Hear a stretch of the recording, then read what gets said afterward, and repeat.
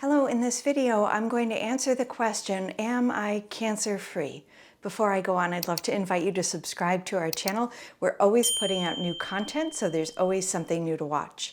I'd also love to invite you to go to yerbba.com to get your personalized report. If you do that, you will get more specific answers to this question, am I cancer-free?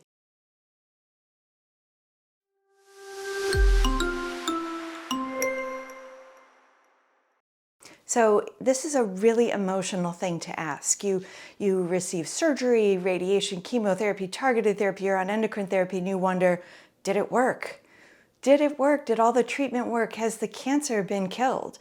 One of the problems is with stages 0, 1, 2, and 3, that surgery itself and the treatment you had perhaps before surgery have reduced the cancer, and then the cancer's been removed. So, of course, you're cancer-free as far as the eye can see. All those other treatments, chemotherapy, endocrine therapy, radiation therapy, are designed to make sure that, or to decrease the risk substantially, that cancer will return in the future. But the only way to know for sure is if you were to have measurable disease, meaning disease that had spread to other parts of the body. So I'm going to stick with earlier stages 0, 1, 2, and 3 breast cancer and talk about how we know, what we follow, why we don't do scans or blood work, and what those would show if we were to do them. Then I'll turn to advanced disease, when cancer has spread to other parts of the body. The bottom line, though, is even at the end of treatment, we don't know if you are cancer-free. So the way we talk about people at the end of treatment is that they have no evidence of disease, or NED. Some people describe themselves as dancing with NED, because this is a state of continued uncertainty. So they find that dancing with NED is a way that they can really sort of let go of knowing the future. So even in stage 3 disease, even without chemotherapy, with endocrine therapy and with radiation and with surgery, 50% of people will be free of disease many years later. So it's really difficult for us to say in your given situation, we're basically giving you an odds. We can't say you're cancer-free. That's why we want you to receive additional treatment if it's available to you, such as endocrine therapy. We want to lower that risk even more. So let's talk about people with advanced disease. People with advanced disease where we can see tumor in the liver or the lung or the bone, we can get that person to having basically no measurable cancer.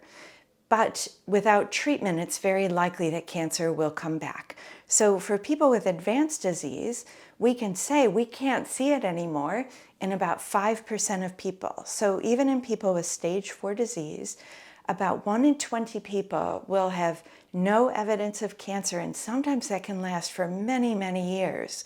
We're really careful about the word cure. We're careful about the word cure even with early stage disease and with advanced disease. The reason we're careful is because we don't like the idea of people having a false promise. My doctor said I was cured. That's a really hard thing to hear, and then have it followed with the disease coming back. So no evidence of disease in early stage disease, and then in advanced stage disease, we talk about remission, either partial remission or complete remission. A complete remission is what I described. There's no evidence you ever had advanced cancer. For many of those people, we'll keep them on the treatment that got them to that stage of no visible cancer.